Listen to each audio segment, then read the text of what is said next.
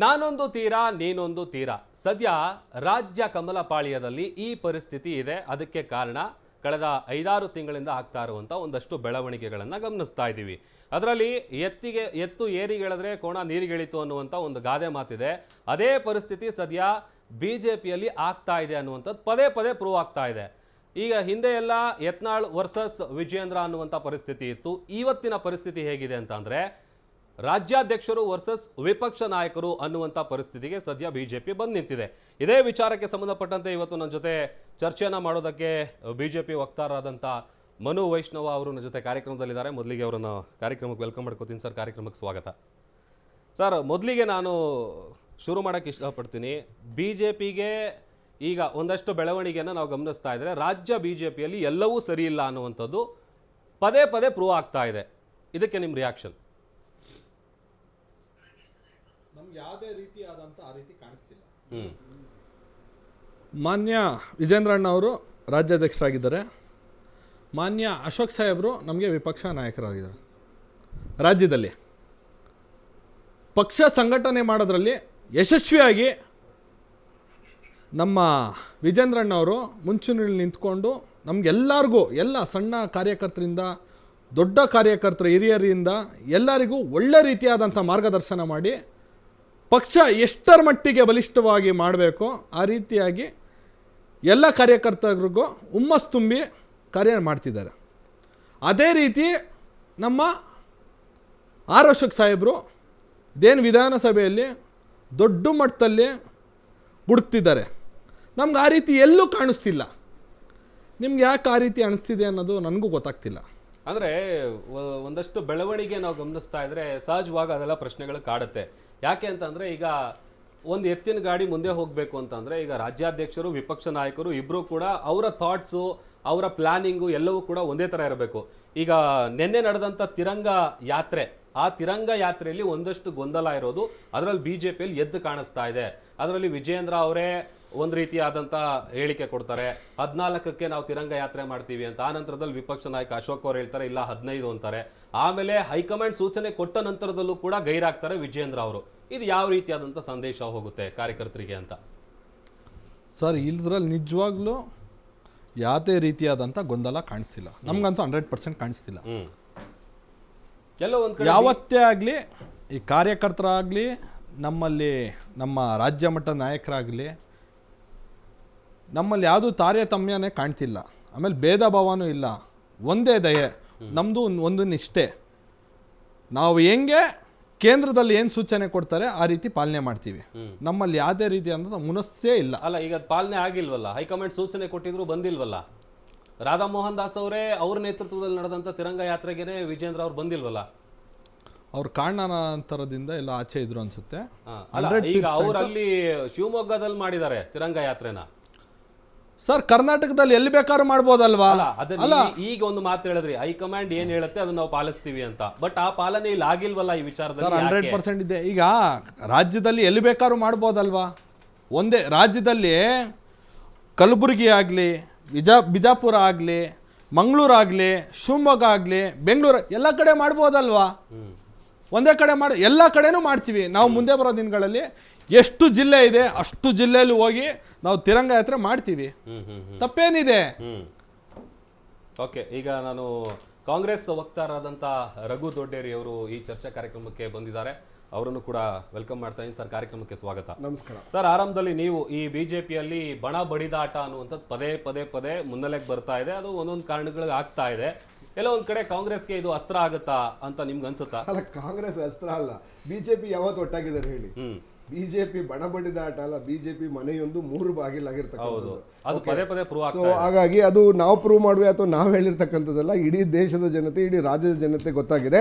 So BJP ಅವರ ನಡುವೆನೇ ಸಮನ್ವಯ ಇಲ್ಲ ಅಂತ ಹೇಳಿ. ಸೊ ಮೊದಲನೇ ಬಾರಿಗೆ ಕರ್ನಾಟಕ ರಾಜ್ಯದ ಇತಿಹಾಸದಲ್ಲಿ ಬಿಜೆಪಿ ಪಕ್ಷಕ್ಕೆ ವಿರೋಧ ಪಕ್ಷದ ನಾಯಕನ ಆಯ್ಕೆ ಮಾಡುವಂಥ ಒಂದು ಕ್ಯಾಂಡಿಡೇಟ್ ಸಿಗಲಿಲ್ಲ ಅಂತಂದ್ರೆ ಬಿಜೆಪಿ ಪಕ್ಷದ ಅಧಪತನ ಮತ್ತು ಬಿಜೆಪಿ ಅವರು ಮಾಡಿದಂಥ ಪಾಪದ ಕೊಡ ತುಂಬಿತು. ಹಾಗಾಗಿ ಬಿಜೆಪಿನಲ್ಲಿ ವಿರೋಧ ಪಕ್ಷದ ನಾಯಕನಿಲ್ಲದೆ ಇರತಕ್ಕಂಥ ಒಂದು ಕೆಟ್ಟ ಪರಿಸ್ಥಿತಿಗೆ ಬಂದಿದೆ ಅಂತಂದರೆ ಅದು ಬಿ ಜೆ ಪಿಯ ಅಧಪತನ. ಕರ್ನಾಟಕ ಏನು ದಕ್ಷಿಣ ಭಾರತ ಮುಕ್ತ ಬಿ ಜೆ ಪಿ ಆಗಿದೆ. So B J P Bharat ಮುಕ್ತ BJP ಆಗುವಂಥ ಸನ್ನಿಹಿತದಲ್ಲಿದೆ. ನಾನು ಯಾಕೆ ಈ ವಿಚಾರಗಳನ್ನ ಹೇಳ್ತೀನಿ ಅಂತ ಅಂದರೆ, ಸೊ ಇವರಲ್ಲಿ ಒಂದು ಬಣಗಳೆಲ್ಲ ಇರೋದು. ಓಕೆ, ಒಂದು ನೇರವಾಗಿ ಒಂದು ಬಣ ಇದೆ, ಒಂದು ಸಂತೋಷ್ ಜಿ ಬಣ ಮತ್ತು ಯಡಿಯೂರಪ್ಪ ಬಣ. ಈ ಎರಡು ತಿಕ್ಕಾಟಗಳಲ್ಲಿ ಏನು ಬಸವರಾಜ್ ಪಾಟೀಲ್ ಏನು ಯತ್ನಾಳ್ ಅವರನ್ನು ಹೊರಗಡೆ ಹಾಕೋದಾಗ, ಓಕೆ, ಅವರು ಮಾತೆದುರು ಬೈತಿರೋರು. ಓಕೆ, ಕೊನೆಯಲ್ಲಿ ಅವರು ಎಲ್ಲ ನಾಯಕರು ಹೋಗಿ ಅವ್ರನ್ನ ಸಾಂತ್ವನ ಮಾಡಿ, ಯತ್ನಾಳ್ ಅವರೇ ನಿಮ್ಮನ್ನು ಸುಮ್ಮನೆ ಎಕ್ಸ್ಪೆಲ್ ಮಾಡಿದ್ದಾರೆ, ಹಾಗಾಗಿ ಕ್ಷಮೆ ಇರಲಿ ಅಂತೇಳಿ ಇಂಡೈರೆಕ್ಟಾಗಿ ಹೇಳಿದ್ವಿ. ಅವ್ರು ಏನೋ ಒಂದು ಸಾಧನೆ ಮಾಡಿದ್ದೀನಿ ಅಂತ ಹೇಳಿ ಹೋದಂಥ ಬಣ. ಸೊ ಫೈನಲ್ ಆಗಿ ಏನಿದೆ, ಆ ಬಣ DL ಸಂತೋಷ್ ಜಿ ಬಣ ಮತ್ತು BS ಯಡಿಯೂರಪ್ಪನವರ ಬಣ ಮತ್ತು ಇನ್ನು ಒಂದು ಅತೃಪ್ತರ ಬಣ ಇದೆ. ಆ ಅತೃಪ್ತರ ಬಣ ಅವರು ಆಕ್ಷನ್ ಮೀಟಿಂಗ್ ಮಾಡ್ತಾನೆ ಇದ್ದಾರೆ, ಆಕ್ಷನ್ ತೊಗೊಳಕ್ಕಾಗಿಲ್ಲ. ಇಲ್ಲಿವರೆಗೂ ಹೇಳ್ತಾರೆ ನಾವು ರಾಜ್ಯಾಧ್ಯಕ್ಷರು ಎಲೆಕ್ಷನ್ ಮಾಡ್ತೀವಿ ಅಂತೇಳಿ. ಇಲ್ಲಿವರೆಗೂ ರಾಜ್ಯಾಧ್ಯಕ್ಷರು ಎಲೆಕ್ಷನ್ ಮಾಡಿಲ್ಲ, ನಾವು ಕೇಳಿಲ್ಲ ಮಾಡಿ ಅಂತ, ಅವರ ಆಂತರಿಕ ವಿಚಾರ. ಆದ್ರೂ ರಾಜ್ಯ ಜನತೆಗೆ ಒಂದು ವಿರೋಧ ಪಕ್ಷವಾಗಿ ರಾಜ್ಯದ ಸಮಸ್ಯೆಗಳಿಗೆ ಇವರು ಸ್ಪಂದನೆ ಮಾಡಬೇಕಾಗಿರ್ತಕ್ಕಂಥ ಒಂದು ವಿರೋಧ ಪಕ್ಷ ಇವತ್ತು ರಾಜ್ಯದಲ್ಲಿ ಅವರು ಹೇಳಕ್ಕೆ ಹೆಸರಿಲ್ದಂಗೆ ಇದು ಧೂಳಿಪಟ ಆಗಿದ್ದಾರೆ. ಆದರೆ ನಿಜವಾಗ್ಲೂ ಈ ದೇಶದ ಈ ರಾಜ್ಯದ ದೌರ್ಭಾಗ್ಯ. ಎಸ್ಪೆಷಲಿ ನಮ್ಮ ಅಶೋಕ್ ಅವರು ಒಂದು ಮಾತು ಹೇಳ್ತಾರೆ. ಸೊ ನಿನ್ನೆ ನಾನು ಹಿಂಗೆ ಇನ್ನೊಂದು TV ಚಾನಲಲ್ಲಿ ಮಾತಾಡ್ತಾ ಇದ್ದೆ. ಈ BJP ಅವರ ಪರಿಸ್ಥಿತಿ ಹೇಗೆ ಬಂದಿದೆ ಅಂತ ಅಂದರೆ, ಸೊ ಇವತ್ತು ಒಂದು ಕೇಂದ್ರ ಸರ್ಕಾರದ ಗೃಹ ಸಚಿವರು ಹೇಳ್ತಾರೆ, ನಾವು ಕಾಶ್ಮೀರಕ್ಕೋಸ್ಕರ, ಪಾಕಿಸ್ತಾನ ಆಕ್ಯುಪೈಡ್ ಕಾಶ್ಮೀರಕ್ಕೋಸ್ಕರ ಜೀವ ಕೊಡೋಕ್ಕೂ ರೆಡಿ. ಪಾಕಿಸ್ತಾನ ಆಕ್ಯುಪೈಡ್ ಕಾಶ್ಮೀರ ನಮ್ಮದು, ನಮ್ಮ ದೇಶದ ಭಾಗ, ನಾವು ಅದಕ್ಕೆ ಜೀವ ಕೊಡೋಕ್ಕೆ ರೆಡಿ ಅಂತಾರೆ. ನಮ್ಮ ಅಶೋಕ್ ಅವರು ಹೇಳ್ತಾರೆ, ಆಗ ಪಾಕಿಸ್ತಾನ ಆಕ್ಯುಪೈಡ್ ಕಾಶ್ಮೀರ ಕೊಟ್ಟು ಎಷ್ಟೋ ದಿನ ಆಯಿತು, ಇವಾಗ ಯಾಕೆ ಮಾತಾಡ್ತೀರಾ ಅಂತ ಹೇಳಿ. ಈ ಮನಸ್ಥಿತಿ ಅಂದ್ರೆ ಅದಕ್ಕೆ ಮೂಲ ಕಾರಣನೇ ನೀವಲ್ವಾ? ಒಂದು ನಿಮಿಷ, ಆಮೇಲೆ ನೋಡಿ, ಮೂಲ ಕಾರಣ ಆಮೇಲೆ. ಬಟ್ ಪಾಕಿಸ್ತಾನದ ಆಕ್ಯುಪೈಡ್ ಕಾಶ್ಮೀರ ಹೋಗಿದ್ರೆ ನಿಮ್ಮ ಗೃಹ ಸಚಿವರು ಹೇಳಿಕೆ ಏನಾಯ್ತು ಹಾಗಾದ್ರೆ? ಅಂದ್ರೆ ನಿಮ್ಮ ಗೃಹ ಸಚಿವರು ಕೇಂದ್ರ ಸರ್ಕಾರದ ವಿರುದ್ಧವಾಗಿದ್ದೀರಾ ನೀವು. ಅಂದ್ರೆ ಪಾಕಿಸ್ತಾನ ಆಕ್ಯುಪೈಡ್ ಕಾಶ್ಮೀರವನ್ನು ಕೊಟ್ಟವ್ರು ಯಾರು? ನಿಮ್ಮ ಕೇಂದ್ರ ಸರ್ಕಾರದ ವಿದೇಶಾಂಗ ನೀತಿಯಿಂದ ಇವತ್ತು ಅಂತಾರಾಷ್ಟ್ರೀಯ ಮಟ್ಟದಲ್ಲಿ ಭಾರತದ ಮಾನ ಮರ್ಯಾದೆ ಹಾಳಾಗ್ತಾ ಇದೆ. ಭಾರತದ ಮಾನ ಮರ್ಯಾದೆಯನ್ನು, ಭಾರತದ ನಿರ್ಧಾರವನ್ನು, ನಮ್ಮ ದೇಶದ ಆಂತರಿಕ ವಿಚಾರವನ್ನು ತೆಗೆದುಕೊಳ್ತಕ್ಕಂಥ ನಿರ್ಧಾರ ಇವತ್ತು ನಮ್ಮ ಕೈಲಿಲ್ಲ, ಮೋದಿಯವ್ರ ಕೈಲಿಲ್ಲ, ಮೋದಿ ಸರ್ಕಾರದ ಕೈಲಿಲ್ಲ, ಟ್ರಂಪ್ ಕೈಲಿದೆ ಅಂತ ಅಂದರೆ ಕೇಂದ್ರ ಸರ್ಕಾರ ಯಾವ ಪುರುಷಾರ್ಥಕ್ಕೆ ಅಧಿಕಾರ ಮಾಡ್ತಾ ಇದ್ದೀರಾ ಸ್ವಾಮಿ ನೀವು? ಏನಕ್ಕೆ ಮಾಡ್ತಾ ಇದ್ದೀರಾ? ಇವತ್ತು ನಮ್ಮ ಅಂತಾರಾಷ್ಟ್ರೀಯ ವಿದೇಶಾಂಗ ನೀತಿ ಏನಾಗಿದೆ? ಹಾಗಾದ್ರೆ ಟ್ರಂಪ್ ಯಾಕೆ ಹೇಳಿದ್ರು? ಆದರೆ ಅದನ್ನು ಆಯಿತು, ಟ್ರಂಪ್ ಹೇಳಿರ್ತಕ್ಕಂಥದ್ದು ತಪ್ಪು, ನಾವು ಯಾವುದೇ ಇದನ್ನು ನಾವೇ ನಮ್ಮ ಆಂತರಿಕ ವಿಚಾರವಾಗಿ ತೆಗೆದುಕೊಂಡಿದ್ದೀವಿ ಅಂತ ಹೇಳಿ ನೀವು ನಿರ್ಧಾರ ಒಂದು ಸ್ಟೇಟ್ಮೆಂಟ್ ಆಗಿ ಕೊಡ್ತಾ ಇಲ್ಲ ಇಲ್ಲಿವರೆಗೂ ಮಾನ್ಯ ಮೋದಿಯವರಾಗಲಿ, ವಿದೇಶಾಂಗ ಸಚಿವರಾಗಲಿ. ಇಲ್ಲ, ನಾವು ಟ್ರಂಪ್ ಮಾತು ಕೇಳಿ ನಾವು ಆಕ್ಷನ್ ತಗೊಂಡಿಲ್ಲ, ಅದು ನಮ್ಮ ಭಾರತ ಸಾರ್ವಭೌಮಿತ್ವ ಇದನ್ನು ತಗೊಂಡಿದ್ದೇವೆ, ನಾವು ಒಕ್ಕೂಟ ವ್ಯವಸ್ಥೆನಲ್ಲಿ ಒಗ್ಗಟ್ಟಿನ ತೆಗೆದುಕೊಂಡಿದ್ದೀವಿ ಅಂತ ಹೇಳುವಂಥ ಧೈರ್ಯ ಹಾಕಿಲ್ಲ. ಯಾಕೆ ಅಂತಂದರೆ ಇವತ್ತು ಅಷ್ಟು ವೀಕ್ ಸರ್ಕಾರ ಇದೆ. ಇಂದಿರಾ ಗಾಂಧಿ ತೆಗೆದುಕೊಂಡಂಥ ನಿರ್ಧಾರ, ಅಮೆರಿಕಾದವ್ರಿಗೆ ಬಾಯಿ ಮುಚ್ಚಿ ಅಮೆರಿಕದ ನೆಲದಲ್ಲೇ ನೀವು ನಿಮ್ಮ ಕೆಲಸವನ್ನು ಮಾಡಿ, ಥರ್ಡ್ ಕಂಟ್ರಿನ ನಾವು ಎಂಟರ್ಟೈನ್ ಮಾಡಲ್ಲ, ನಮ್ಮ ಆಂತರಿಕ ವಿಚಾರದಲ್ಲಿ ನೀವು ತಲೆ ಹಾಕಬೇಡಿ ಅಂತ ಹೇಳಿ ಅವತ್ತು ಅವರ ವಿರುದ್ಧ ನಾವು ಗೆದ್ದಿದ್ದಂಥ 93,000 ಸೈನಿಕರನ್ನು ಸೆರೆ ಹಿಡಿದಿದ್ದು, ಅವರು ಸರೆಂಡರ್ ಆಗಿದ್ದು, ಸೆರೆ ಹಿಡಿದಿದ್ದಲ್ಲ, ಪಾಕಿಸ್ತಾನ ಆಕ್ಯುಪೈಡ್ ಕಾಶ್ಮೀರದ ಜೊತೆಗೆ ಲಾಹೋರ್ವರೆಗೂ ನಮ್ಮ ಸೈನ್ಯ ನುಗ್ಗಿ ಅವರನ್ನು ಬಗ್ಗೆ ಬಡ್ದಿತ್ತು. ಪಾಕಿಸ್ತಾನ ಮುಂದೆಲ್ದು ಹೇಳ್ದಾಗೆ ಅದನ್ನು ಮುಚ್ಚಿಟ್ಟಿದ್ವಿ ಅದನ್ನು. ಓಕೆ, ಆದರೆ ಇವಾಗ ನಡೀತಿರ್ತಕ್ಕಂಥದ್ದೇನು ಅಂದರೆ ಇದು ವೀಕ್ ಸರ್ಕಾರ. ಕೇಂದ್ರ ಸರ್ಕಾರ ತೆಗೆದುಕೊಳ್ತಕ್ಕಂಥ ನಿರ್ಧಾರದ ಜೊತೆ ನಾವಿರ್ತೇವೆ, ಆದರೆ ಕೇಂದ್ರ ಸರ್ಕಾರ ತೆಗೆದುಕೊಳ್ತಕ್ಕಂಥ ನಿರ್ಧಾರವನ್ನು ಪ್ರಶ್ನೆ ಮಾಡಬಾರ್ದು. ಯಾಕೆ ಅಂತಂದರೆ BJPಗೆ ಆಗಲ್ಲ ಅದು. ಅಂದರೆ ಅವ್ರು ಹೋಗಿ ದೇಶದ ಮಾನ ಮರ್ಯಾದೆನ ಹಾಳು ಮಾಡ್ಬೋದು ಅಂತಾರಾಷ್ಟ್ರೀಯ ಮಟ್ಟದಲ್ಲಿ. ಅವರು ಅಂತಾರಾಷ್ಟ್ರೀಯ ಮಟ್ಟದಲ್ಲಿ ಟ್ರಂಪ್ ಅವ್ರು ಹೇಳ್ಬೋದು, ಭಾರತದ ನಿರ್ಧಾರವನ್ನು ನಾನು ಹೇಳಿದ್ದೀನಿ, ನಾನು ಟ್ರೇಡನ್ನು ವಾರ್ನ್ ಮಾಡಿಬಿಟ್ಟೆ, ಅಕ್ಸೆಪ್ಟ್ ಮಾಡ್ಕೊಂಡ್ರು. ಯಾಕೆ ಸ್ವಾಮಿ? ಟ್ರೇಡ್ ವಾರನ್ನು ಹೇಳಿ ನಾವು 140 ಕೋಟಿ ಪ್ರಾಡಕ್ಟ್, ಅಮೆರಿಕನ್ ಪ್ರಾಡಕ್ಟನ್ನು ಉಪಯೋಗಿಸ್ತಾ ಇದ್ದೀವಿ, ಸೇಲ್ ಮಾಡ್ತಾ ಇದ್ದೀವಿ. ನಾವು ಉಪಯೋಗಿಸುವಂಥ ಪ್ರತಿಯೊಂದು ಪೆನ್ನಿಂದ ಹಿಡಿದು ಲ್ಯಾಪ್ಟಾಪ್, ಪೆನ್ ಎಲ್ಲನೂ ಹಿಡಿದು ನಾವು ಅಮೆರಿಕದ ಉಪಯೋಗಿಸ್ತಾ ಇದ್ದೀವಿ. ಹೇಳಿ ಧೈರ್ಯವಾಗಿ. ಆ ತಾಕತ್ತಿಲ್ವ ನಿಮಗೆ? ಆ ತಾಕತ್ತಿಲ್ಲ. ಯಾಕೆ ಅಂತಂದರೆ ಇದೊಂದು ವೀಕ್ ಸರ್ಕಾರ, ಅವ್ರಿಗೆ ಆ ತಾಕತ್ತಿಲ್ಲ. ಇಲ್ಲಿವರೆಗೂ ಎಲ್ಲಿ ಹೇಳಿದ್ದಾರೆ ಅವರು? ಯಾವುದೇ ಈ ಯುದ್ಧದ ವಿಚಾರದಲ್ಲಿ ಒಂದು ಧೈರ್ಯವನ್ನು ತೋರಿಸುವಂಥ ಕೆಲಸ ಎಲ್ಲಿ ಮಾಡ್ತಾ ಇದ್ದಾರೆ? ಅದು ಏನು ಮಾಡ್ತಾ ಇಲ್ಲ. ಯಾಕೆ ಅಂತಂದರೆ ಇದೊಂದು ವೀಕ್ ಸರ್ಕಾರ. ಅದನ್ನು ಎಪ್ರಿಷಿಯೇಟ್, ಈ ದೇಶದ ಸೇನೆ ಏನಿದೆ, ಸೇನೆ ಮಾಡಿರ್ತಕ್ಕಂಥದಕ್ಕೆ ಆ ಧೈರ್ಯವನ್ನು ನಾನು ಮೆಚ್ತೇನೆ, ಸೈನ್ಯ ಮಾಡಿರ್ತಕ್ಕಂಥ ಒಂದು ಆ್ಯಕ್ಷನನ್ನು ನಾನು ಅಪ್ರಿಷಿಯೇಟ್ ಮಾಡ್ತೇನೆ. ಆದರೆ ನಮ್ಮ ವೀಕ್ ಏನು ಒಳಜಗಳ ಇದೆ, ನನಗೆ ಬಂದಿರೋ ಮಾಹಿತಿ ಪ್ರಕಾರ ನರೇಂದ್ರ ಮೋದಿ ಅವರನ್ನು ಇಳಿಸೋಕ್ಕೆ ಒಂದು ಇಂಡೈರೆಕ್ಟಾಗಿ BJPನಲ್ಲಿ ಒಂದು ಪಿತೂರಿ ನಡೀತಾ ಇದೆ. ಈ ಒಳಜಗಳ ಏನು ಕರ್ನಾಟಕದ ಮಾತಾಡ್ತಾ ಇದ್ದೀವಿ, ಈ ಜಗಳ ಇಲ್ಲೆಲ್ಲ ನಿಂತಿರ್ತಕ್ಕಂಥದ್ದು ಕೇಂದ್ರ ಸರ್ಕಾರದ ನರೇಂದ್ರ ಮೋದಿ ಅವರನ್ನು ಕೆಳಗಿಳಿಸಬೇಕು ಅಂತೇಳಿ BJPನಲ್ಲೇ ಒಂದು ಒಳ ಪಿತೂರಿ ನಡೀತಾ ಇದೆ. ಈ ಪಹಲ್ಗಾಮ್ ಅಟಾಕು ಕೂಡ ಈ ಪಿತೂರಿಯ ಭಾಗ ಅಂತ ಹೇಳ್ತಾ ಇದ್ದಾರೆ. ಅದರ ಜೊತೆಗೆ ಯಾರು ನಾವು ಪ್ರಚೋದನಾ, ಈ ಪಾಕಿಸ್ತಾನಕ್ಕೆ ಅಷ್ಟೊಂದು ಬಾಂಬ್ ಎಲ್ಲಿಂದ ಬಂತು? All of sudden within a fortnight ಬಂತು. ಅವ್ರದ್ದು ದುಡ್ಡೇ ಇಲ್ಲ, ನೀವೇ ಹೇಳಿದಿರಿ, ಎಷ್ಟೊಂದು ಚಾನಲ್ ತೋರಿಸಿದಿರಿ ನೀವು. ಅವ್ರ ಹತ್ರ ಬೈ ಮಾಡೋದಕ್ಕೂ ದುಡ್ಡಿಲ್ಲ, ಪೆಟ್ರೋಲ್ ಬೈ ಮಾಡೋಕ್ಕೂ ಸೀಮೆಣ್ಣೆ ಬೈ ಮಾಡೋಕ್ಕೂ ದುಡ್ಡಿಲ್ಲ ಅಂದವರು ಆಲ್ ಆಫ್ ಸಡನ್ ಇಷ್ಟೊಂದು ಆರ್ಮರ್ಸ್ ಎಲ್ಲಿಂದ ಬಂದ್ಬಿಡ್ತು ಅವ್ರಿಗೆ? ಡ್ರೋನ್ಸ್ಗಳಿಂದ ಬಂತು. ಯಾರು ಕೊಟ್ಟವರು? ಅದಕ್ಕೂ BJP ನರೇಂದ್ರ ಮೋದಿ ಅವ್ರು ಇಳಿಸೋ ಟೀಮ್ಗೂ ಏನು ಸಂಬಂಧ? BJP ಉತ್ತರ ಕೊಡಲಿ. ಹೇಳಿ ಈಗ ಮನೋಹರ್, ನೀವು ಅವಾಗಲಿಂದ ಹೇಳ್ತಾ ಇದ್ರಿ, ಅಂದರೆ ಈಗ ಹೇಳ್ತಿರೋದು ಬಣ ಬಡಿದಾಟ ಕೇವಲ ರಾಜ್ಯಕ್ಕೆ ಮಾತ್ರ ಸೀಮಿತ ಆಗಿಲ್ಲ, ಅದು ಪ್ರಧಾನಿಗಳನ್ನು ಕೆಳಗಿಳಿಸಬೇಕು ಅಂತೇಳಿ ನಡೀತಾ ಇರುವಂಥ ಒಂದು ದೊಡ್ಡ ಪಿತೂರಿ ಅಂತೇಳಿ ಅವರು ಹೇಳ್ತಾ ಇದ್ದಾರೆ. ಇದಕ್ಕೆ ನಿಮ್ಮ ಸ್ಟ್ಯಾಂಡ್ ಏನು? ಈಗಿಂದಲ್ಲ, ಸ್ವಾತಂತ್ರ್ಯ ಬಂದಾಗಿಂದ ಭ್ರಮೇಲೆ ಬದುಕ್ತಿದ್ದಾರೆ ಕಾಂಗ್ರೆಸ್ಸಿಗರು. ಏನು ಅಂದ್ರೆ ಅವ್ರು ಪ್ರತಿನಿತ್ಯ ಭ್ರಮೇಲೆ ಇರ್ತಾರೆ. ಅವ್ರಿಗೆ ಏನ್ ಸ್ಪಷ್ಟವಾಗಿ ಮಾತಾಡ್ಬೇಕು. ಅವರು ಏನ್ ಗೊತ್ತಾ ಸರ್, ಸೇನೆ ಮೇಲೆ ಅನುಮಾನ ಪಟ್ರು. ಅವ್ರು ಯಾರೋ ಇವ್ರು ಕಾಂಗ್ರೆಸ್ಸಿನ ನಾಯಕರು ಹೇಳಿದ್ರು, ಹೋಗ ಅಲ್ಲಿ ಕಡೆ ಬಾಂಬ್ ಹಾಕವ್ರೆ, ಅಲ್ಲಿ 4 ಮರ ಬಿದ್ದೋಗಿದೆ ಅಂತಂದ್ರು. ಇವರು ಪ್ರಶ್ನೆ ಮಾಡಿದ್ದು ಕೇಂದ್ರ ಸರ್ಕಾರದ ವಿರುದ್ಧ ಅಲ್ಲ, ಪ್ರಶ್ನೆ ಮಾಡಿದ್ದು ಯೋಧರ ಮೇಲೆ ಅನುಮಾನ ಪಟ್ರು. ಆಮೇಲೆ ಇಂದಿರಾ ಗಾಂಧಿ ಅವರು 93,000 ಸೈನಿಕರನ್ನ ಬಿಟ್ರಲ್ಲ ಸರ್, ಯಾವುದೇ ರೀತಿಯಾದಂಥ ಷರತ್ತು ಒಪ್ಪಂದ ಇಲ್ದಿರ ಬಿಟ್ರು. ಆಮೇಲೆ ಅದರ ಜೊತೆಗೆ ನಮ್ಮ ಸೈನಿಕರು 54 ಜನ ಏನಾದ್ರು 20 ಗಂಟೆ ಯಕ್ಷ ಪ್ರಶ್ನೆ ಆಗಿದೆ, ಚಿತ್ರಹಿಂಸೆ ಕೊಟ್ಟು ಸಾಯಿಸಿದ್ರು. ಯಾಕೆ ಧ್ವನಿ ಎತ್ತಲಿಲ್ಲ ಅದ್ರ ವಿರುದ್ಧ? ಯಾಕೆ ಎತ್ತಲಿಲ್ಲ? ಇವತ್ತು ಪಾಕ್ ಆಕ್ರಮಿತ ಕಾಶ್ಮೀರ ಕಾರಣ ಯಾರು? ಇದೇ ಕಾಂಗ್ರೆಸ್ಸಿಗರೇ. ಅವ್ರನ್ನ ಯಾವಾಗ ಮಟ್ಟ ಹಾಕ್ಬೋದಾಗಿತ್ತು, ಯಾಕೆ ಹಾಕಿಲ್ಲ?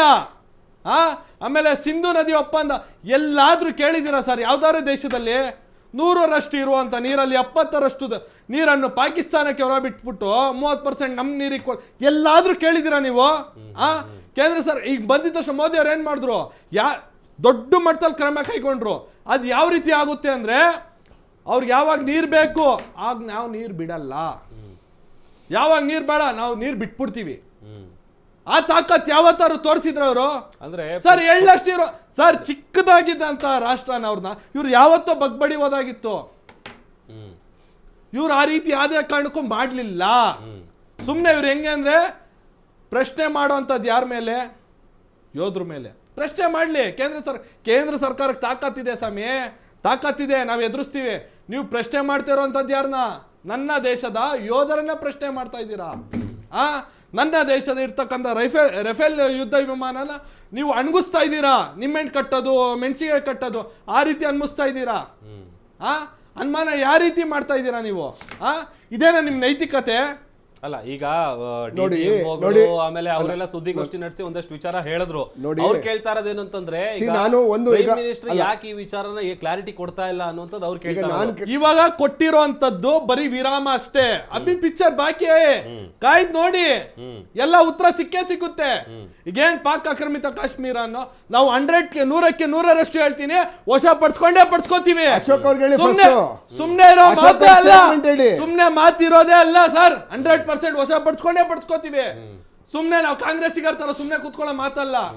ಅಶೋಕ್ ಅವರು ಒಂದ್ ನಿಮಿಷ ನೋಡಿ, ನಾನು ಹೇಳಿರ್ತಕ್ಕಂಥದ್ದಲ್ಲ. ಪಾಕಿಸ್ತಾನ ಆಕ್ಯುಪೈಡ್ ಕಾಶ್ಮೀರವನ್ನ ನಾವು ಆಲ್ರೆಡಿ ಬಿಟ್ಕೊಟ್ಟಿದ್ದೇವೆ.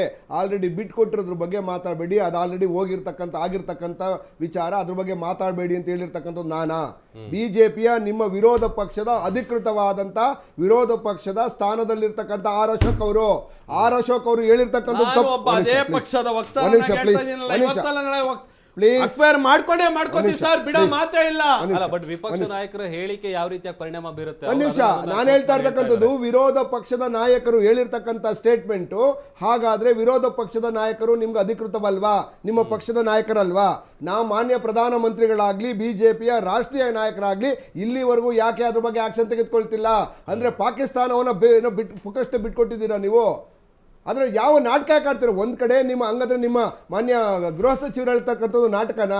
ಇಲ್ಲೋ ನಾನು ಜಾನ್ ದೇಂಗೆ ಅಂದರೆ ಈ ಪಾಕಿಸ್ತಾನ ಆಕ್ಯುಪೈಡ್ ಕಾಶ್ಮೀರ ನಮ್ಮದು, ಭಾರತದ ಭಾಗ, ಅದಕ್ಕೋಸ್ಕರ ಜೀವ ಕೊಡ್ತೀನಿ ಅನ್ನೋ ಡ್ರಾಮನ? ಇಲ್ಲ ಅಶೋಕ್ ಹೇಳ್ತಾ ಇರ್ತಕ್ಕಂಥ ಡ್ರಾಮನ? ಇಬ್ಬರಲ್ಲೊಬ್ಬರು ಡ್ರಾಮಾ ಆಡಬೇಕಲ್ವಾ? ಹಾಗಾದ್ರೆ ಯಾವ ಡ್ರಾಮಾ ಆಡ್ತಾ ಇದ್ದಾರೆ? ಓಕೆ, ಮೊದಲನೇದು. ಸೊ ಇದು ಬಿಜೆಪಿ ಅವರದ್ದು ಉತ್ತರ ಇಲ್ಲ. ಯಾಕೆ ಅಂತಂದ್ರೆ ಬಿಜೆಪಿ ಒಡೆದ ಮನೆ, ಒಂದು ಮನೆ ಅಲ್ಲ. ಬಿಜೆಪಿ ನರೇಂದ್ರ ಮೋದಿ ಅವರನ್ನ ಹೇಗಾದ್ರೂ ಮಾಡಿ ಕೆಳಗಿಳಿಸಬೇಕು ಅಂತ ನಡೀತಿರ್ತಕ್ಕಂಥ ಪಿತೂರಿ ಭಾಗವಾಗಿ ಅಶೋಕ್ ಅವರಿದ್ದಾರಾ, ಅಥವಾ ಅವರು ಮೋದಿ ಅವರ ಟೀಮಾ ಅಥವಾ ಮೋದಿ ಅವರ ಇಳಿಸಂತ ಟೀಮಾ ಅಂತ ಅವರೇ ಉತ್ತರ ಕೊಡಬೇಕು, ಮೊದಲನೇ ವಿಚಾರ. ಎರಡನೇದು, ಇವರು ನರೇಂದ್ರ ಮೋದಿ ಅವರು ಇಷ್ಟೆಲ್ಲ ಡ್ರಾಮಾ ನಡೀತಾ ಇದೆ, ಇಷ್ಟೆಲ್ಲ ಡ್ರಾಮಾ ಅಂದರೆ ಅಂತಾರಾಷ್ಟ್ರೀಯ ಮಟ್ಟದಲ್ಲಿ ಟ್ರಂಪ್ ಅವರು ಇಡೀ ಪ್ರಪಂಚ ಹೇಳೋದಕ್ಕೆ ಮೊದಲು ಬಂದು ಹೇಳ್ತಾರೆ, ನಾನೇ ಅವ್ರಿಗೆ ವಾರ್ ಮಾಡಿದ್ದು, ಪಾಕಿಸ್ತಾನ ಮತ್ತು ಇಂಡಿಯಾಗೆ ವಾರ್ ಮಾಡಿದ್ದೀನಿ, ಸೀಸ್ ಫೈರ್ ಫ್ರಮ್ 5 o'clock ಅಂತ ಹೇಳ್ತಾರೆ. ಅಂದರೆ ಬೇರೆಯವರೆಲ್ಲ ಹೇಳೋದಕ್ಕೂ ಮೊದಲು ಇವ್ರು ಬಂದು ಹೇಳಿದ್ದಾರೆ ಅಂದರೆ ಆಮೇಲೆ ಸೀಸ್ ಫೈರ್ ಅಕ್ಸೆಪ್ಟ್ ಮಾಡ್ತೀರಾ ಅಂದರೆ ಇದು ಎಲ್ಲೋ ಅದು ಓಪನ್ ಆಗ್ತದೆ ಅಂದರೆ ಕ್ಲಿಯರ್ ಆಗ್ತಾ ಇದೆ ಟ್ರಂಪ್ ಅವ್ರು ಹೇಳಿರ್ತಕ್ಕಂಥದ್ದು ಅಂತೇಳಿ. ಇಲ್ಲ ಅಂದರೆ ಹೇಳ್ಬೇಕಾಗಿತ್ತು ನೀವು, ಟ್ರಂಪ್ ಅವ್ರಿಗೂ ನಮಗೂ ಸಂಬಂಧ ಇಲ್ಲ ಅಂತ ಯಾಕೆ ಇಲ್ಲಿವರೆಗೂ ಯಾಕೆ ಒಂದು ಸ್ಟೇಟ್ಮೆಂಟ್ ಬರ್ತಾ ಇಲ್ಲ ನೀವು? ಆಯಿತು, ಅದೋಗ್ಲಿ ಹಾಳಾಗೋಗ್ಲಿ ಸ್ವಾಮಿ, ನಮ್ಮ ಅಮಾಯಕ 228 ಜನರನ್ನು ಕೊಲೆ ಮಾಡಿದ್ರಲ್ಲ, ಎಲ್ಲೋದ್ರು ಅವರು? ಇಲ್ಲಿವರೆಗೂ ಸಿಕ್ಕಿಲ್ಲ. ಅಂದರೆ ಪೆಹಲ್ಗಾಮು ಬಾರ್ಡ್ರಿಂದ ಹತ್ತತ್ರ 100 ಕಿಲೋಮೀಟರ್ ದೂರದಲ್ಲಿದೆ. ಎಷ್ಟು ಹೇಳಿ? 100 ಕಿಲೋಮೀಟರ್ ದೂರ. 100 ಕಿಲೋಮೀಟರ್ ದೂರದಲ್ಲಿದ್ದವರು ಹೊಡೆದ್ಬಿಟ್ಟು ಎಲ್ಗೊಡೋದ್ರು ಅಂದರೆ ನಮ್ಮ ಸೈನ್ಯ ಇಲ್ಲೇ ಇಲ್ವಾ? ಅಂದರೆ ನಿಮ್ಮ ಸರ್ಕಾರ ಏನು ಮಾಡ್ತಾ ಇದೆ? ಆ ಸರ್ಕಾರ ಅಂದರೆ ಕೇವಲ 100 ಕಿಲೋಮೀಟರ್ ಹೋಗೋದ್ರೊಳಗಡೆ ನೀವು ಹಿಡಿಯೋಕ್ಕಾಗಿಲ್ಲ ಅಂದರೆ ನೀವು ಯಾವ ಪುರುಷಾರ್ಥಕ್ಕೆ ಸರ್ಕಾರ ನಡೆಸ್ತಿದ್ದೀರಿ? ಇನ್ನು ಯಾವ ಸೀಮೆ ನೀವು ರಕ್ಷಣೆ ಕೊಡ್ತೀರಿ ನಮ್ಮ ದೇಶಕ್ಕೆ? ರಕ್ಷಣೆ ಕೊಡುವಂಥ ನೈತಿಕತೆ ಎಲ್ಲಿದೆ ನಿಮಗೆ? ಆ ಒಂದು 100 ಕಿಲೋಮೀಟರ್ ರೇಡಿಯಸಲ್ಲಿ ಬಿಟ್ಬಿಟ್ಟು ಎಲ್ಲೋ ಹೋಗೋರೆ. ಯಾವುದೋ ಚಾನಲ್ ನೋಡ್ತಾ ಇದ್ದೆ, ಶ್ರೀಲಂಕಾಗೆ ಹೋದ್ರಂತೆ ಅಂತ ಹೇಳಿ, ಹೈದರಾಬಾದ್ ಮುಖಾಂತರ ನಾವು ಬಂದು ಚೆನ್ನೈಗೂ ಇದಕ್ಕೆ ಏನು ಶ್ರೀಲಂಕಾಗೆ ಹೋದ್ರಂತೆ ಅವರೆಲ್ಲ ಟೆರರಿಸ್ಟ್ಗಳು ಅಂತೇಳಿ. ಅಂದರೆ ಶ್ರೀಲಂಕಾಗೂ ಇದಕ್ಕೇನು ಸಂಬಂಧ? ಶ್ರೀಲಂಕಾದಲ್ಲಿ ಅವ್ರಿಗೆ ಸಪೋರ್ಟ್ ಕೊಡ್ತಿರೋರು ಯಾರು? ಶ್ರೀಲಂಕಾಗೆ ದುಡ್ಡು ಕೊಡ್ತಿರ್ತಕ್ಕಂಥವ್ರು ಯಾರು? ಇದೇ ಪಾಕಿಸ್ತಾನಕ್ಕೆ ಡ್ರೋನ್ ಕೊಳ್ಳೋಕ್ಕೆ ದುಡ್ಡು ಕೊಟ್ಟರು ಯಾರು? ಇಂಡೈರೆಕ್ಟ್ ಆಗಿ ಪುಕ್ಕಟೆ. ಟರ್ಕಿಯನ್ನು ಪುಕ್ಕಟೆ ಕೊಡುತ್ತಾ? ಯಾರು ದುಡ್ಡು ಕೊಟ್ಟವರು? ಯಾರು ದುಡ್ಡು ಕೊಟ್ಟು ಇಂಡೈರೆಕ್ಟ್ ಆಗಿ ಈ ಭಾರತದ ಯುದ್ಧ ಮಾಡಕ್ಕೆ ಹೇಳ್ತಾ ಇದ್ದೀರಾ? ಪಹಲ್ಗಾಮ್ ಅಟ್ಯಾಕೆ ಒಂದು ಡ್ರಾಮಾ ಅಂತ ಕಾಣ್ತಾ ಇದೆ. ಮೋದಿ ಅವ್ರನ್ನ ಇಳಿಸಕ್ಕೆ ನಡೀತಿರ್ತಕ್ಕಂಥ ಒಂದು ಓವರ್ ಆಲ್ ಡ್ರಾಮಾ ಅಂತ ನನಗೆ ಕಾಣಿಸ್ತಾ ಇದೆ. ಇಲ್ಲ ಅಂದ್ರೆ ಉತ್ತರ ಕೊಡಿ ಹಾಗಾದ್ರೆ. ಓಕೆ, ಇದೆರಡು. ಸೊ ನೀವು ಇಲ್ಲಿವರೆಗೂ ಯಾವ ಕ್ರಮ ತಗೊಂಡಿದ್ದೀರಿ? ನೀವು ಯಾವ ಕ್ರಮ ತಗೊಂಡಿದ್ದೀರಿ? ನೀವು ಯಾವುದೇ ಕ್ರಮ ತಗೊಳ್ದಿರ ಆಯ್ತು. ಈ ಸೈನಿಕರ ಬಗ್ಗೆ ಮಾತಾಡ್ತೀರಿ. ಒಂದ್ ಸೆಕೆಂಡ್ ಸರ್. ಈಗ ಶಾಸಕರಾದಂಥ BP ಹರೀಶ್ ಅವ್ರ ಜೊತೆ ದೂರವಾಣಿ ಸಂಪರ್ಕದಲ್ಲಿ ಜಾಯ್ನ್ ಆಗಿದ್ದಾರೆ. ಸರ್ ನಮಸ್ತೆ. ಸರ್ ನಮಸ್ತೆ, ನನ್ನ ಧ್ವನಿ ಕೇಳಿಸ್ತಾ ಇದೆಯಾ? ಕೇಳಿಸ್ತಾ ಇದೆ ಸರ್. ಈಗ ನಾನೊಂದು ತೀರಾ ನೀನೊಂದು ತೀರಾ ಅನ್ನುವಂಥ ಪರಿಸ್ಥಿತಿ ಬಿಜೆಪಿಯಲ್ಲಿದೆ. ಅದಕ್ಕೆ ಕಾರಣ ಬಣ ಬಡಿದಾಟ ಅನ್ನುವಂಥ ವಿಚಾರಕ್ಕೆ ಚರ್ಚೆ ಆಗ್ತಾ ಇದೆ. ಸೊ ಈಗ ಈ ತಿರಂಗ ಯಾತ್ರೆ ವಿಚಾರಕ್ಕೆ ಸಂಬಂಧಪಟ್ಟಂತೆ ಒಂದಷ್ಟು ಗೊಂದಲಗಳಿದೆ. ಅಂದ್ರೆ ರಾಜ್ಯಾಧ್ಯಕ್ಷರು ಹಾಗೇನೆ ವಿರೋಧ ಪಕ್ಷದ ನಾಯಕರ ನಡುವೆ ಸಾಮ್ಯತೆ ಇಲ್ಲ, ಹೊಂದಾಣಿಕೆ ಕೊರತೆ ಆಗಿದೆ ಅಂತ. ಅದ್ರ ಬಗ್ಗೆ ನಿಮ್ಮ ರಿಯಾಕ್ಷನ್ ಸರ್? ನೋಡಿ, ತಿರಂಗ ಯಾತ್ರೆ ಇವತ್ತು ಭಾರತೀಯರಿಗೆ ಅವಶ್ಯಕತೆ ಇರ್ತಕ್ಕಂಥದ್ದು.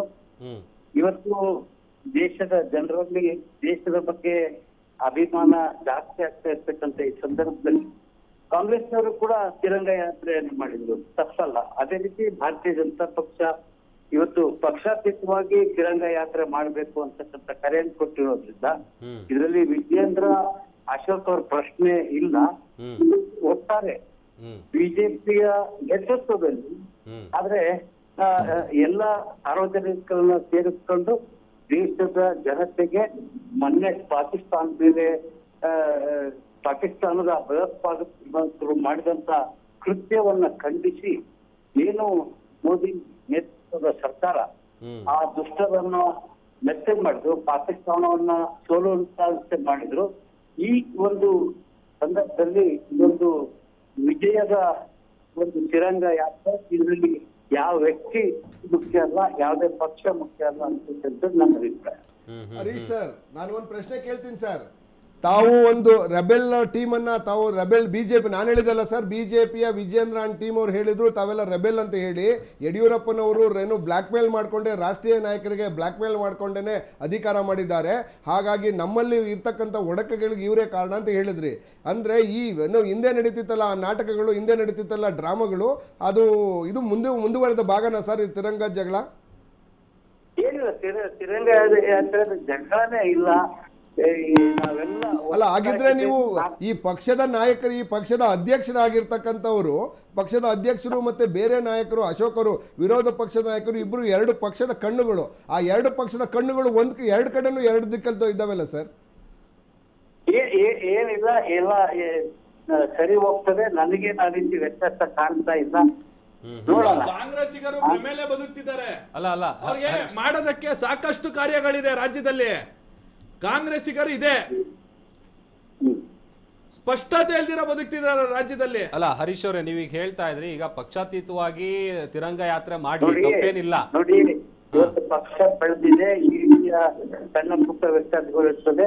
ಕಾಂಗ್ರೆಸ್ನಲ್ಲೂ ಕೂಡ ಬಹಳ ದೊಡ್ಡ ಗುಂಪುಗಾರಿಕೆ ಇದೆ. ಸ್ವಲ್ಪ ದಿನ ತಾಳಿ ಅಕ್ಟೋಬರ್ ನವೆಂಬರ್ ಡಿಸೆಂಬರ್ ಅಲ್ಲಿ ಅವ್ರ ಆಪ್ತ ಮೇಲೆ ಅಲ್ಲಲ್ಲ ಕಾಂಗ್ರೆಸ್ ಅಲ್ಲೂ ಇದೆ, ಬಿಜೆಪಿಯಲ್ಲೂ ಇದೆ, ಅದು ಓಕೆ, ಅದು ಓಕೆ. ಬಟ್ ಆದ್ರೆ ಇಲ್ಲಿ ಇಷ್ಟು ದಿವಸ ಒಂದ್ ರೀತಿ ರೆಬಲ್ಸ್ ವರ್ಸಸ್ ವಿಜೇಂದ್ರ ಅನ್ನುವಂಥ ಪರಿಸ್ಥಿತಿ ಇತ್ತು. ಈಗ ಇಲ್ಲಿ ರಾಜ್ಯಾಧ್ಯಕ್ಷರು ವರ್ಸಸ್ ವಿರೋಧ ಪಕ್ಷದ ನಾಯಕರು ಅನ್ನುವಂಥ ಪರಿಸ್ಥಿತಿಗೆ ಬಿಜೆಪಿ ಬಂದು ನಿಂತಿದೆಯಲ್ಲ ಅಂತ.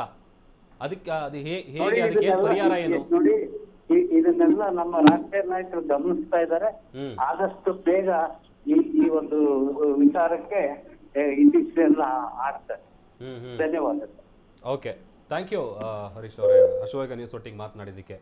ಇದು ಹರೀಶ್ ಅವ್ರು ಮಾತನಾಡುವಂಥ ಸಂದರ್ಭದಲ್ಲಿ ನೀವು ಕೇಳಿದ್ರೆ ಅವರು ಹರೀಶ್ ಅವರು BP ಹರೀಶ್ ಅವರು ನೋಡಿ, ಮೊನ್ನೆ ತಾನೇ ಅವ್ರದ್ದು ಒಂದು ತಂಡ ಏನಿದೆ, ರಮೇಶ್ ಜಾರಕಿಹೊಳಿ ಇವರು ಮತ್ತು ನಮ್ಮ ಅರವಿಂದ ಲಿಂಬಾವಳಿ ಒಂದು ತಂಡ ಏನಿದೆ, ನಮ್ಮ ಸೊರಬ ಶಾಸಕ ಕುಮಾರ್ ಬಂಗಾರಪ್ಪನವ್ರು ಇವ್ರದ್ದು ಒಂದು ತಂಡ ರೆಬೆಲ್ ತಂಡ ಅಂತ ನಾನು ಹೇಳಿರ್ತಕ್ಕಂಥದ್ದಲ್ಲಿ ಅವರಲ್ಲೇ BJPಯ ನಾಯಕರ ವಿರುದ್ಧ, BJPಯ ಅಧ್ಯಕ್ಷರ ವಿರುದ್ಧ ಅವಿಶ್ವಾಸ ಮಂಡನೆ ಮಾಡಿ ಎಲೆಕ್ಷನ್ ಆಗಲೇಬೇಕು, BJPಯ ಅಧ್ಯಕ್ಷರನ್ನು ಮಾಡಲೇಬೇಕು, ತೆಗೆದುಹಾಕಬೇಕು ಅಂತ ಹೇಳಿ ಜಗಳ ಮಾಡಿ ಒಂದು ದೊಡ್ಡ ಗಲಾಟೆ ನಡೆದು, ಒಂದು ದೊಡ್ಡ ಪ್ರಹಸನ ನಡೆದು ಆ BJP ಕಂಟ್ರೋಲ್ ಮಾಡೋಕ್ಕಲ್ಲ ಅಂತೇಳಿ ಏನು BJPಯ ಕೇಂದ್ರದ 5 ನಾಯಕರು ಇನ್ಕ್ಲೂಡಿಂಗ್ 3 ಜನ ಕೇಂದ್ರದ ಮಾಜಿ ಮುಖ್ಯಮಂತ್ರಿಗಳು ಬಂದು ಈ BJP ಜಗಳವನ್ನು ಸರಿಪಡಿಸೋಕ್ಕಾಗಲಿಲ್ಲ.